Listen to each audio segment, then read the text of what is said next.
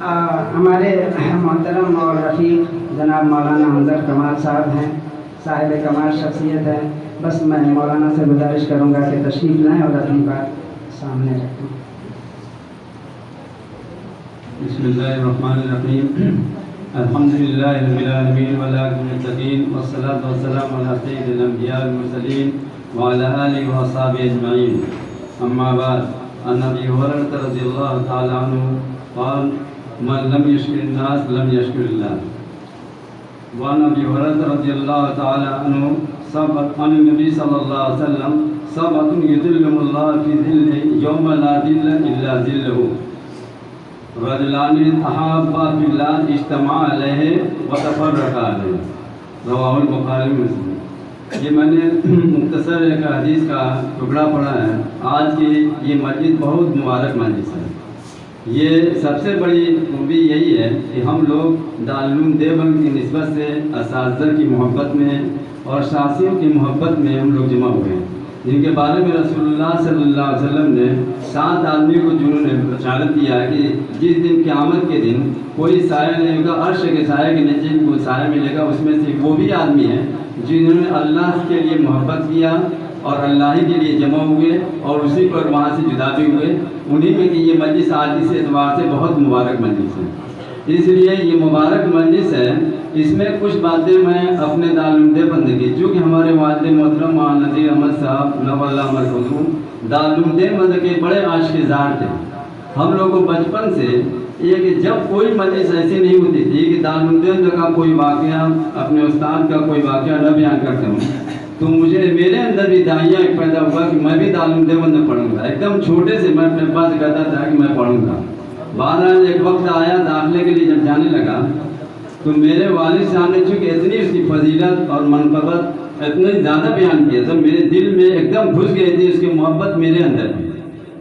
میں جب جانے لگا تو ایک بات انہوں نے مجھ سے کہا کہ نذیر، اس وقت کی سفارش بھی چلتی تھی. مولانا مرغرمان صاحب نور اللہ مرکزوں ہمارے والد صاحب، یا اسی طرح وہاں کے دارالعلوم کے اساتذہ بہت زیادہ عزت اور قدر کی نگاہ سے والد صاحب کو دیکھتے تھے، ان کی بات سنتے بھی تھے. تو جاتے وقت یہ کہا کہ نذیر احمد دوسرے کی سفارش کر سکتا ہے، تمہارے اگر بل بوتا اگر ہو تو تم جاؤ، اپنے بل بوتے پہ داخلہ کی اگر امید ہو تو جانا، ورنہ یہ مت سمجھنا کہ میں تمہارا باپ ہوں تو نذیر احمد تمہاری سفارش کرے گا، یہ ہرگز نہیں کرتا. تو میں نے یہ جواب دیا کہ انشاءاللہ ابا اس کی ضرورت نہیں پڑے گی. بہرحال میں گیا دارالعلوم میں، فارم بھرا. فارم بھرنے کے بعد اور سب لڑکوں نے یہ کہا کہ مذاہب میں بھر دیا جائے، پر میں نے کہا کہیں نہیں، میں دارالعلوم کے لیے آیا ہوں، یہاں داخلہ ہوگا ٹھیک، ورنہ میں اپنا بڑھیا بستر لے کے چلاؤں گا، پھر دارالعلوم میں آؤں گا. بہرحال میرا داخلہ الحمدللہ ہو گیا. لیکن جانے کا میں محبت کا میں تقاضا بیان، میں نے اپنا چونکہ ہمارے والد صاحب کے ایک خاص شاگرد مولانا صاحب نور اللہ مرکزوں شدہ باحیات تھے، ابھی جلدی وفات ہوئے لاک ڈاؤن میں، تو وہ ان کے کہا تھے انہی کے وہاں جانا.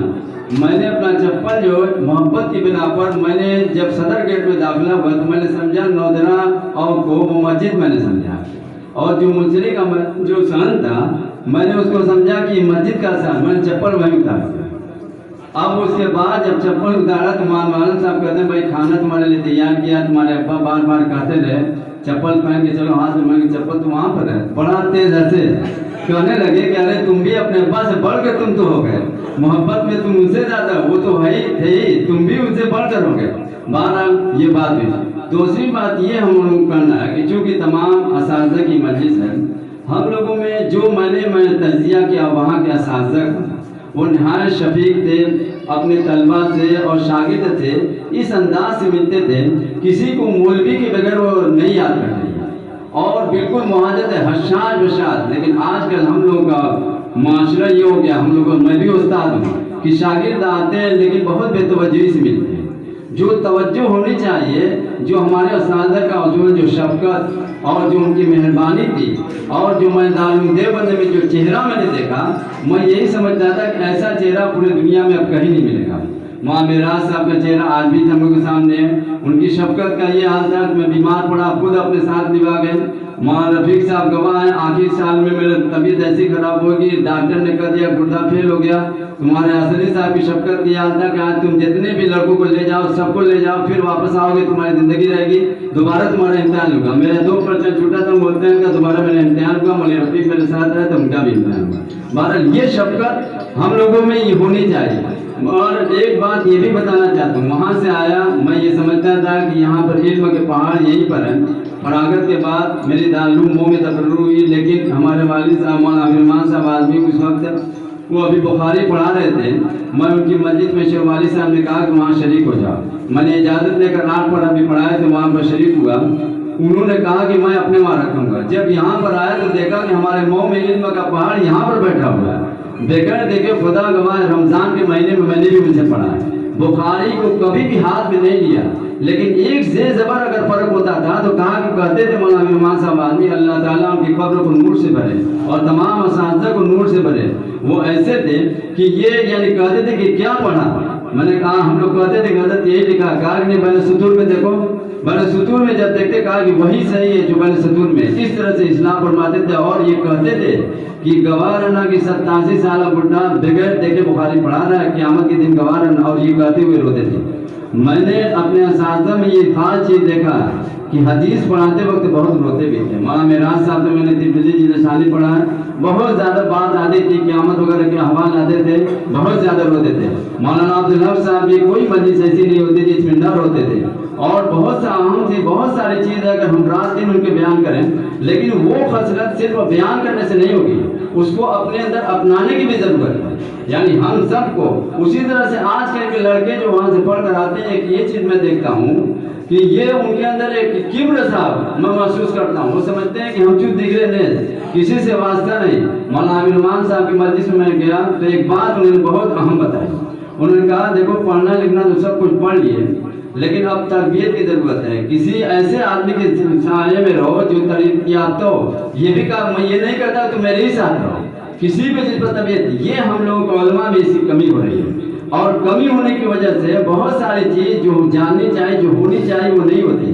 اس لیے ہم سب کو اپنے اساتذہ کے ساتھ، جیسے ہم یہ جانتے ہیں کہ ہم کچھ بھی نہیں، لیکن وہ حدیث انس رضی اللہ عنہ کی میں سنا کر اسی پہ ختم کرتا ہوں کہ ہمارے اساتذہ ہمارے والد صاحب فرمایا کرتے تھے کہ مفتی شفیع صاحب کہتے تھے کہ باہمہ بے ہمہ، یعنی سب کچھ ہونے کے باوجود اپنے کو کچھ نہیں سمجھتے تھے، تو وہ تواضع اور انکساری کے مکمل طور پر پیکر تھے۔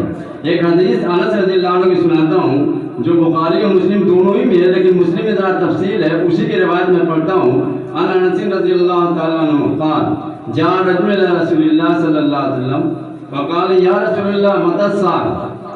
قال رسول اللہ صلی اللہ علیہ وسلم ما عددت للساعة؟ فقال حب اللہ ورسولہ۔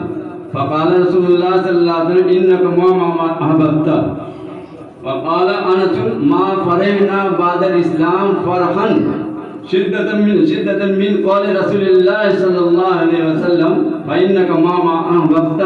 پھر فقال انس رضی اللہ تعالی عنہ وانا احب وحب اللہ ورسولہ وابا بکر وعمر فارجو ان اکون منهم وان لم اکن عامل باعمالهم۔ یہ کہا انس رضی اللہ عنہ کی ایک حدیث فرمایا کہ حضرت انس رضی اللہ عنہ یہ مجلس اسی سے جڑ ہوئی ہے، ہمارے اساتذہ کی محبت ہے، ہم کچھ بھی نہیں ہیں، لیکن ہمارے اساتذہ جو کر کے گئے اور اتنی نیکی کے ساتھ اپنا بچپنا، اپنی جوانی، اپنے بڑھاپا، دیکھ لیجئے ابھی مولانا نعمت اللہ صاحب یہاں موجود ہیں، میں ان کو دیکھتا ہوں، اور دوسرے بھی اساتذہ جو ہیں، یہ معمولی قربانی نہیں ہے، انہوں نے دنیا کو دنیا نہیں سمجھا، دنیا کو اپنا پیچھے رکھا۔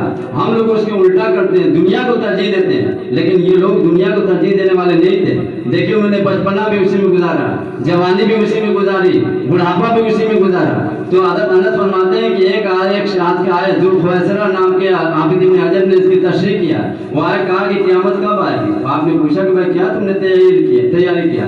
تو انہوں نے مختصر جواب دیا تیاری تو روایت میں آتا ہے کوئی خاص تیاری نہیں کیا، نہ نماز زیادہ، نہ روزہ، نہ زیادہ، زکوٰۃ وغیرہ کچھ بھی نہیں زیادہ ہے، بس ایک چیز ہمارے اندر حب اللہ و رسول کا، اللہ اس کے رسول کی محبت ہے۔ تو آپ نے فرمایا بہت مختصر لم فإنک ما احببت، بھائی تمہارا حشر انہی کے ساتھ ہوگا جس سے تم کو محبت ہے۔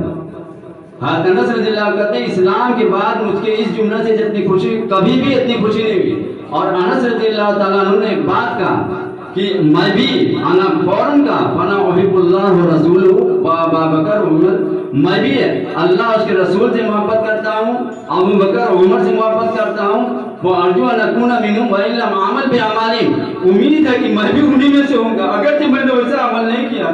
اسی طرح میں بھی، ہم سب بھی یہ کہتے ہیں کہ ہم نے ایسے ایسے اساتذہ کو دیکھا ہے اگرچہ ہم ان کے برابر عمل نہیں کر سکتے، لیکن اساتذہ کے دیکھنے کی وجہ سے ہم کو اللہ کی ذات سے امید ہے کہ ہم نے ان سے محبت کیا، ہم نے بھی اللہ اس کے رسول سے محبت کیا ہے، تابعین اور تبع تابعین سے، صحابہ اور تابعین تمام لوگوں سے محبت کیا، اسی طرح اپنے اساتذہ سے بھی محبت کیا. تو امید ہے کہ اس حدیث کے مطابق اللہ تعالیٰ ہم لوگ کا بھی حشر انہی لوگوں کے ساتھ کریں گے اور یہ مجلس کو اسی طرح منائیں گے. اللہ تعالیٰ اس مجلس کو کامل قبول کریں اور قیامت کے دن ان لوگوں کے ساتھ ہم لوگ کا بھی حشر ہو. وآخر دعوانا الحمدللہ رب العالمین.